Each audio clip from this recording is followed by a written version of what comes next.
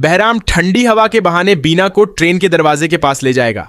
बीना घबराकर कहेगी कि वापस अपनी सीट पर चलते हैं, लेकिन बहराम उसका बाजू पकड़कर अपनी असली हकीकत सामने ले आएगा। वह बीना से कहेगा कि उसने कभी उससे मोहब्बत नहीं की, बल्कि शुरू से उसकी नजर सिर्फ उसकी दौलत और जेवरात पर थी। इसी लालच में उसने बीना को घर से जेवरात और पैसे लाने के लिए भी मजबूर किया था। बहराम की बातें सुनकर बीना हैरान रह जाएगी और उसे एहसास होगा कि जिस शख्स पर उसने अंधा भरोसा किया वह सिर्फ उसकी दौलत हासिल करना चाहता था। इसी दौरान बहराम बीना को चलती ट्रेन से नीचे धकेलने की कोशिश करेगा, लेकिन डीआईजी के सादे लिबास में मौजूद अफसर वक्त पर वहां पहुंच जाएंगे। वह बहराम के बाजू पर गोली चलाकर बीना को बचा लेंगे। बीना डर के मारे बेहोश हो जाएगी। डीआईजी फौरन तबिश को इत्तला देगा कि बीना को बहराम चलती ट्रेन से धकेलने की कोशिश कर रहा था, लेकिन उसे बचा लिया गया है। तबिश और हाफिज ये खबर सुनकर हैरान रह जाएंगे। डीआईजी तबिश को बताएगा कि यह घर से भागने का मामला नहीं, बल्कि धोखे और लालच का केस लगता है। बहराम सिर्फ बीना की दौलत हथियाना चाहता था। जब बीना और बहराम को पुलिस स्टेशन लाया जाएगा तो तबिश वहां पहुंच जाएगा। बीना को देखकर तबिश के सामने उसका दुख और पछतावा सामने आएगा।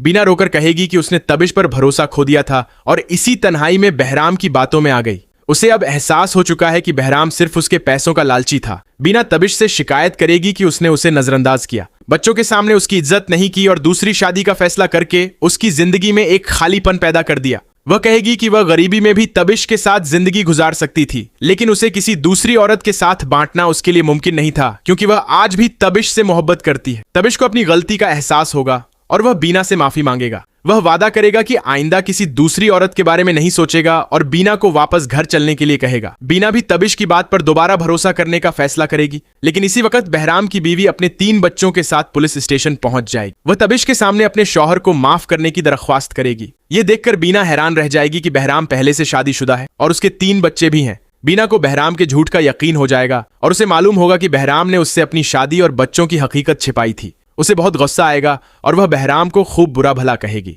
कुछ दिनों बाद तबिश को यह हकीकत भी मालूम हो जाएगी कि नाज ने ही बीना के घर से चले जाने की खबर मीडिया तक पहुंचाई थी। तब तबिश और बीना दोनों को एहसास होगा कि अगर उन्होंने अपनी जिंदगी में दूसरों को दखल देने का मौका न दिया होता तो शायद आज भी पहले की तरह खुशहाल जिंदगी गुजार रहे होते। अब देखना यह है कि क्या तबिश और बीना अपने रिश्ते को दोबारा मजबूत बना पाएंगे। क्या नाज की हकीकत सबके सामने आएगी और क्या बहराम अपने किए की सजा पाएगा।